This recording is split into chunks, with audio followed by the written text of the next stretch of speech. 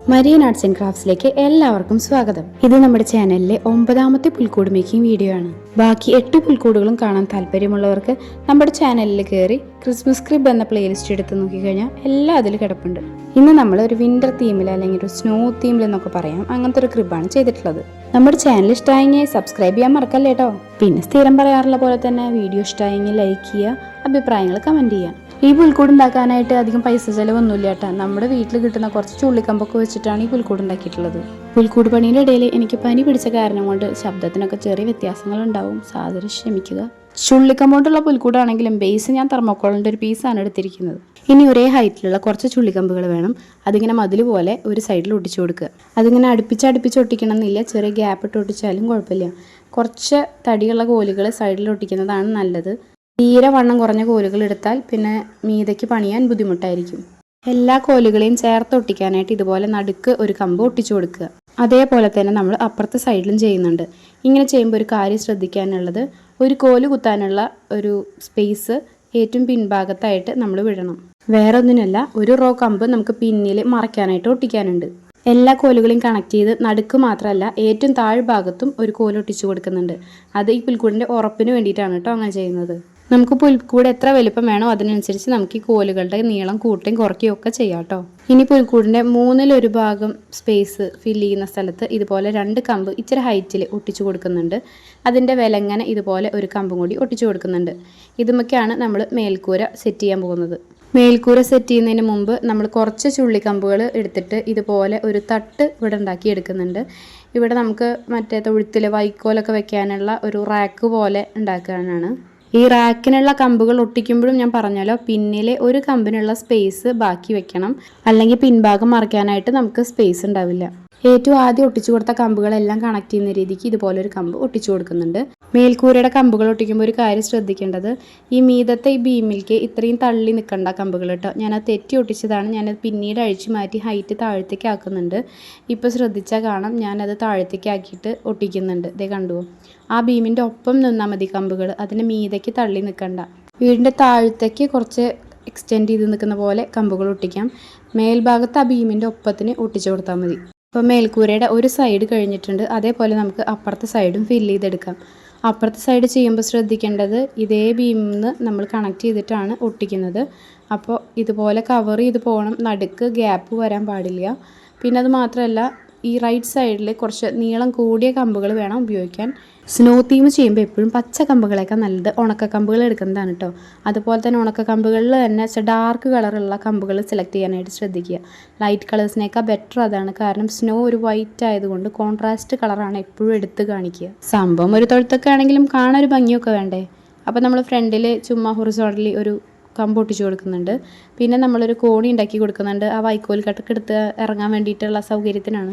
ഓരോന്ന് ചെയ്ത് വരുമ്പോഴാണ് പിന്നെ അങ്ങനെ ചെയ്താൽ കൊള്ളാലോ, ഇങ്ങനെ ചെയ്താൽ കൊള്ളാലോ എന്നൊക്കെ തോന്നുന്നത്. അപ്പോഴാണ് പുതിയ ഡിസൈൻസൊക്കെ അതിൽ പിറവിയെടുക്കുന്നത്. പിൻഭാഗം കവർ ചെയ്യാനായിട്ടാണ് ഞാൻ പിന്നിലൊരു ലേശം ഒരു കമ്പ് ഒട്ടിക്കാനുള്ള സ്ഥലം വിടണമെന്ന് പറഞ്ഞിട്ടുണ്ടായിരുന്നത്. ഇനി ഈ കമ്പുകൾ ഒട്ടിക്കുമ്പോൾ മേൽക്കൂരയുടെ ഒപ്പം തന്നെ ഹൈറ്റ് കുറഞ്ഞു വരുന്ന രീതിക്ക് വേണം കമ്പുകൾ ഒട്ടിച്ചെടുക്കാൻ. പുൽക്കൂട് ഉണ്ടാക്കാൻ തുടങ്ങുമ്പോൾ എനിക്കൊരു ജനറൽ ഐഡിയ മാത്രമേ ഉണ്ടാവാറുള്ളൂ. ഉണ്ടാക്കി തുടങ്ങുമ്പോഴാണ് പിന്നെ പുതിയ കണ്ടെത്തലുകൾ വരിക. അങ്ങനെ ചെയ്താൽ കൊള്ളാലോ, ഇങ്ങനെ ചെയ്താൽ കൊള്ളാലോ എന്നൊക്കെ. മിക്ക കാര്യങ്ങളും അപ്പം തന്നെ തോന്നി അപ്പം തന്നെ ചെയ്യുന്നതാണ് കേട്ടോ.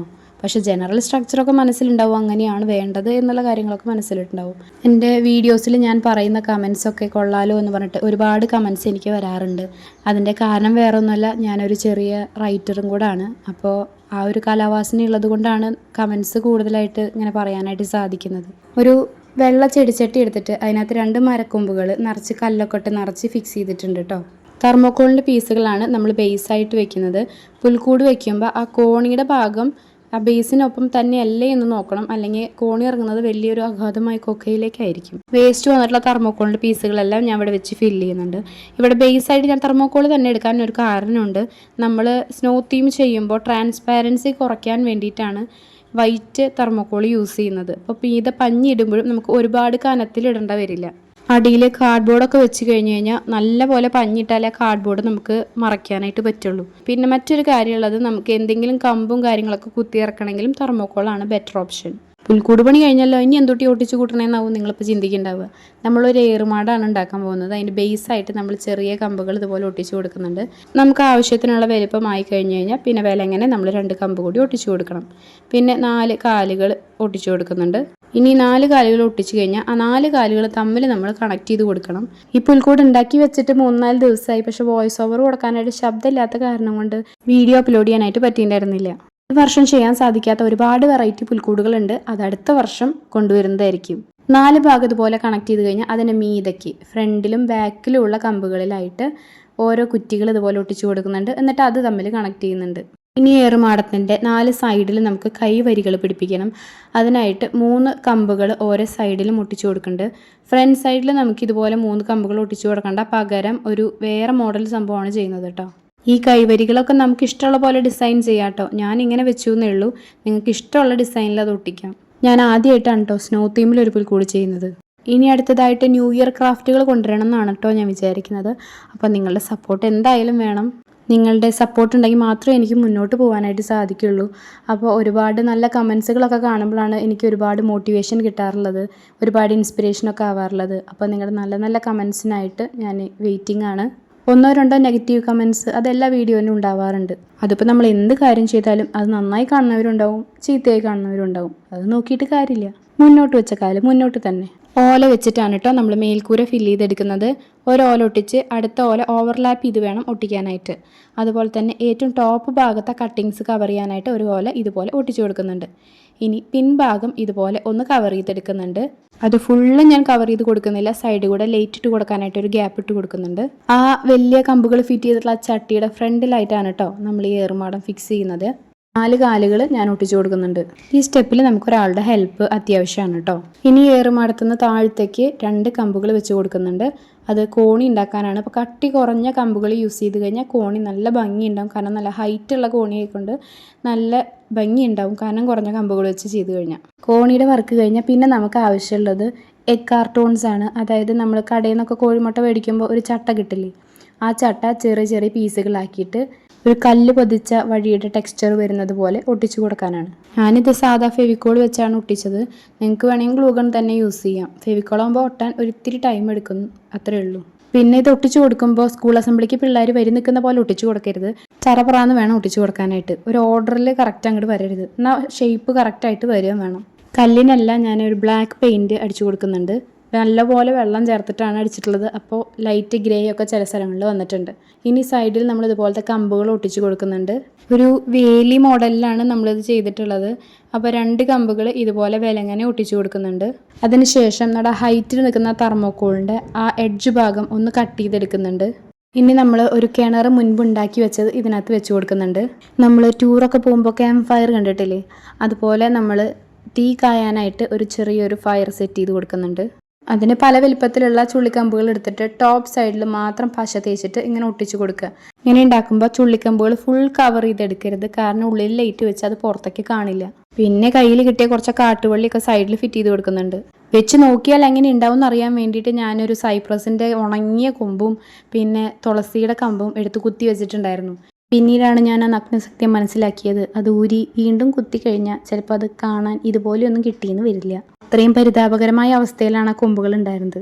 പുൽക്കൂടിൻ്റെ ഉള്ളിൽ നമ്മൾ അറക്കപ്പൊടി വെച്ചിട്ട് ഫില്ല് ചെയ്തിട്ടുണ്ട്. പിന്നെ 2 ചട്ടികൾ കാണാതിരിക്കാനായിട്ട് ടിഷ്യൂ പേപ്പർ എടുത്തിട്ട് ഇതുപോലെ ഒന്ന് കവർ ചെയ്ത് കൊടുക്കുന്നുണ്ട്. ഈ കിണറിൻ്റെ ഉള്ളിൽ നമ്മൾ കുറച്ച് ടിഷ്യൂ പേപ്പർ പിച്ചിട്ടിട്ടുണ്ട്. ഈ കിണർ ഉണ്ടാക്കാൻ പഠിക്കാൻ താല്പര്യമുള്ളവർക്ക് Christmas crib using news paper എന്ന് പറഞ്ഞിട്ടുള്ള പുൽക്കൂട് മേക്കിംഗ് വീഡിയോ നമ്മുടെ ചാനലിൽ കിടപ്പുണ്ട്. അത് നോക്കിയാൽ മതി. മരത്തിൽ നിന്ന് മുളച്ച് വരുന്ന തളിരിലകൾ പോലെ കാണിക്കാനായിട്ട് കുറച്ച് പച്ച കളറിലെ ഇലകൾ ഞാനിവിടെ ഒട്ടിച്ചു കൊടുക്കുന്നുണ്ട്.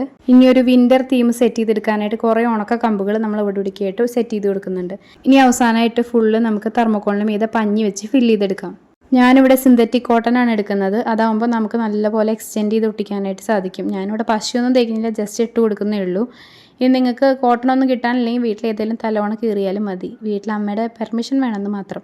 അല്ലെങ്കിൽ വീട്ടിലൊരു ഭൂകമ്പം പ്രതീക്ഷിക്കാം. പിന്നെ മരങ്ങളുടെ മീതിയൊക്കെ നമ്മൾ പഞ്ഞി സെറ്റ് ചെയ്യുമ്പോൾ ചെറുതായിട്ട് കുഞ്ഞു കുഞ്ഞു പീസുകൾ അവിടെ ഇവിടെയൊക്കെ ആയിട്ട് വെച്ച് കൊടുത്താൽ മതി. അതിങ്ങനെ ഉണ്ട ഉരുട്ടിയ പോലെ വെച്ച് കൊടുക്കാതെ ഒന്നിങ്ങനെ താഴത്തോട്ട് ഇങ്ങനെ വലിച്ചിട്ട് വേണം സെറ്റ് ചെയ്യാനായിട്ട്. ഇതുപോലെ കേട്ടോ. ഇതുപോലെ തന്നെ നമ്മൾ പുൽക്കൂടിൻ്റെ മീതിയും പഞ്ഞി ചെറുതായിട്ട് വെച്ച് കൊടുക്കണം. വഴിയിൽ പഞ്ഞി വെച്ച് കൊടുക്കുമ്പോൾ വളരെ ലൈറ്റായിട്ട് മാത്രം ഇട്ട് കൊടുക്കുക. ആ കല്ല് അങ്ങനെ കാണുന്നതാണ് ഭംഗി. മരത്തിൻ്റെ കമ്പുകളിലെല്ലാം നമ്മൾ ടാൽക്കം പൗഡർ ഒന്ന് സ്പ്രിങ്കിൾ ചെയ്ത് കൊടുക്കുന്നുണ്ട്. ആ മഞ്ഞ് വന്ന് വീണിരിക്കുന്ന ആ ഒരു എഫക്റ്റ് കിട്ടാൻ വേണ്ടിയിട്ടാണ്. കൈകൊണ്ട് സ്പ്രെഡ് ചെയ്ത് കൊടുക്കാൻ പറ്റിയിടത്തൊക്കെ കൈകൊണ്ടും ഒന്ന് സ്പ്രെഡ് ചെയ്ത് കൊടുക്കുന്നുണ്ട്. ഞാനിവിടെ ടാൽക്കം പൗഡർ തന്നെ എടുക്കാൻ കാരണം അതാവുമ്പോൾ പെട്ടെന്ന് നമ്മുടെ മരക്കൊമ്പൊക്കെ സ്റ്റിക്ക് ചെയ്തിരിക്കും. അതുകൊണ്ടാണ് ടാൽക്കം പൗഡർ എടുത്തത്. ചിലർ പ്ലാസ്റ്റർ ഓഫ് പാരീസ് വെച്ചും ഇതേ വർക്ക് ചെയ്യാറുണ്ട്. ഇനി കോണിയുടെയൊക്കെ മീതെ ഇതുപോലെ ഒന്ന് കൈകൊണ്ട് സ്പ്രെഡ് ചെയ്ത് കൊടുക്കണം. അപ്പോൾ ആ നാച്ചുറൽ ലുക്ക് കിട്ടും. പിന്നെ അവിടെയുള്ള എല്ലാ മരത്തുമ്മയും ചുള്ളിക്കമ്പുമ്മയും ഒക്കെ ഇതുപോലെ ജസ്റ്റ് ഒന്ന് സ്പ്രിങ്കിൾ ചെയ്ത് കൊടുത്ത് കൈയോടെ ഒന്ന് ടച്ച് ചെയ്ത് കൊടുത്താൽ കുറച്ചുകൂടി നാച്ചുറൽ ലുക്ക് ഉണ്ടാവുമെന്ന് മാത്രം. മടിയുള്ളവരാണെങ്കിൽ ഈ സ്റ്റെപ്പ് തികച്ചും ഒഴിവാക്കാവുന്നതാണ്. ഇത്രയും സ്റ്റെപ്പ് ചെയ്ത് അവസാനിപ്പിച്ച് രൂപങ്ങൾ എടുത്ത് വെക്കുന്നവർക്ക് അങ്ങനെ ചെയ്യാം. ഞാൻ പുൽക്കൂടിന് കുറച്ചുകൂടി ഡീറ്റെയിലിംഗ് കൊടുക്കുന്നുണ്ട്. അത് കുറച്ചുകൂടിയും കൂടുതൽ ഭംഗി കിട്ടും എന്നുള്ളത് കൊണ്ടാണ് അങ്ങനെ ചെയ്യുന്നത്. ആദ്യം നമുക്ക് കുറച്ച് വൈക്കോൽ കെട്ടുകൾ ഉണ്ടാക്കാം. അതിന് കുറച്ച് ഉണക്കപ്പുല്ലോ വൈക്കോലോ എങ്ങാനും പല വലുപ്പത്തിൽ വെട്ടിയിട്ട് നടുക്കൊരു ചാക്കുചരട് വെച്ച് കെട്ടിയിട്ട് ഇതുപോലെ കറ്റകൾ ഉണ്ടാക്കി വെക്കാം. ഇനി നമ്മുടെ വിറകൊക്കെ അടുക്കി വെക്കാനായിട്ട് നമ്മൾ മരത്തിൻ്റെ ഒരു ബോക്സ് ഉണ്ടാക്കിയത് വെച്ച് കൊടുക്കുന്നുണ്ട്. ഈ ബോക്സ് ഉണ്ടാക്കാൻ പഠിക്കണമെങ്കിൽ easiest Italian style Christmas crib making video എന്ന് പറഞ്ഞാൽ പുൽക്കൂട് മേക്കിംഗ് വീഡിയോ നമ്മുടെ ചാനലിൽ കിടപ്പുണ്ട്. അത് പോയി കണ്ടാൽ മതി. ഇനി ഇതിനകത്ത് നമ്മൾ കുറച്ച് വിറക് കെട്ടുകളാണ് വെക്കുന്നത്. കുറച്ച് ചുള്ളിക്കമ്പുകൾ പല വലുപ്പത്തിലെടുത്തിട്ട് നടുക്കൊരു ചാക്കുചരട് വെച്ച് കെട്ടിയിട്ട് അതിനകത്ത് വെച്ചാൽ മതി. ഇനി മാതാവിനെയും ഉണ്ണീശോനെയും ഔസേപിതാവിനെയും നമ്മൾ വെക്കുന്നുണ്ട്. ഇനി കുറച്ച് മൗൾഡിറ്റ് കൊണ്ട് ഉണ്ടാക്കിയിട്ടുള്ള പാത്രങ്ങൾ ഇവിടെ എടുത്ത് വെച്ചിട്ടുണ്ട്. ഈ പാത്രങ്ങൾ ഉണ്ടാക്കാൻ പഠിക്കണമെങ്കിൽ Italian style Christmas crib making video എന്ന് പറഞ്ഞ പുൽക്കൂട് മേക്കിംഗ് വീഡിയോ നമ്മുടെ ചാനലിൽ കിടപ്പുണ്ട്. അത് പോയി കണ്ടാൽ മതി.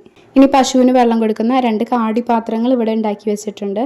ഇതൊക്കെ നമ്മുടെ മുൻപത്തെ വീഡിയോകളിൽ ഉണ്ടാക്കിയിട്ടുള്ളതാണ്. അപ്പോൾ അതൊക്കെ പോയി കണ്ടു കഴിഞ്ഞാൽ നിങ്ങൾക്ക് ഇത് എങ്ങനെ ഉണ്ടാക്കേണ്ടതെന്നൊക്കെ മനസ്സിലാവും. ഇനി എല്ലാ രൂപങ്ങളും നമ്മൾ സെറ്റ് ചെയ്യാൻ പോവുകയാണ്. ആദ്യം പശുവിനെയും പശുക്കിടാവിനെയും ആടിനെയും എല്ലാം എടുത്ത് വെക്കുന്നുണ്ട്. ഒരു രാജാവിനെ ഏറുമാടത്തിൻ്റെ മീതിയും ആട്ടിടയനെ ഈ കൂടിൻ്റെ സൈഡിലൊക്കെ ആയിട്ട് വെക്കുന്നുണ്ട്. 2 രാജാക്കന്മാർ ഈ വഴിയിൽ ഇങ്ങനെ നടന്നു വരുന്ന പോലെ വെക്കുന്നുണ്ട്. സൈഡിൽ കുറച്ച് ആടുകളും. അപ്പോൾ പുൽക്കൂട് നിങ്ങൾക്ക് ഇഷ്ടപ്പെട്ടു എന്ന് വിചാരിക്കുന്നു. പുൽക്കൂട് നിങ്ങൾക്ക് ഇഷ്ടമായെങ്കിൽ ലൈക്ക് ചെയ്യാനും സബ്സ്ക്രൈബ് ചെയ്യാനും കമൻറ്റ് ചെയ്യാനും മറക്കരുത് കേട്ടോ. അപ്പം നമുക്ക് ഫൈനൽ ലുക്ക് ഒന്ന് കണ്ടാലോ.